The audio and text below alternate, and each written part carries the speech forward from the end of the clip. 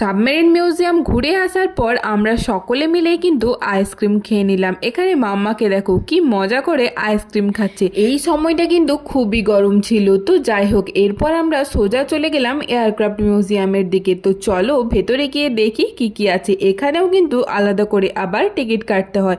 তো টিকিট কাটা হয়ে গেছে আর আমরা সোজা কিন্তু ভেতরে চলে এসেছি।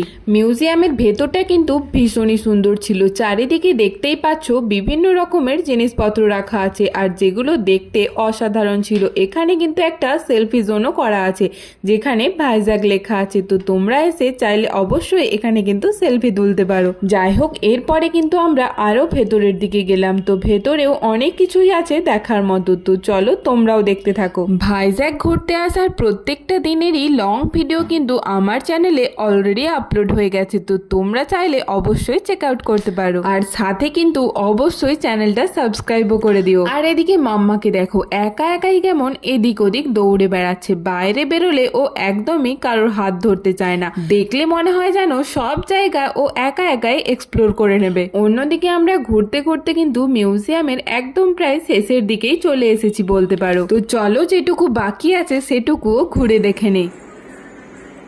আবার ওদিকে যাচ্ছে, এদিকে এসো।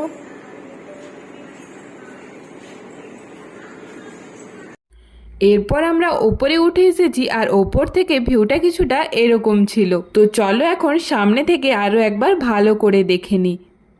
এরপর আমাদের এয়ারক্রাফট মিউজিয়াম দেখাও শেষ হয়ে গেল। তারপর আমরা সোজা চলে গেলাম হোটেলের দিকে। যাওয়ার আগে অবশ্য সমুদ্রের ধারে বেশ কিছুটা টাইম কাটিয়ে নিলাম। তো চলো আজকের মিনি ব্লগ এখানেই শেষ করছি। Bye bye.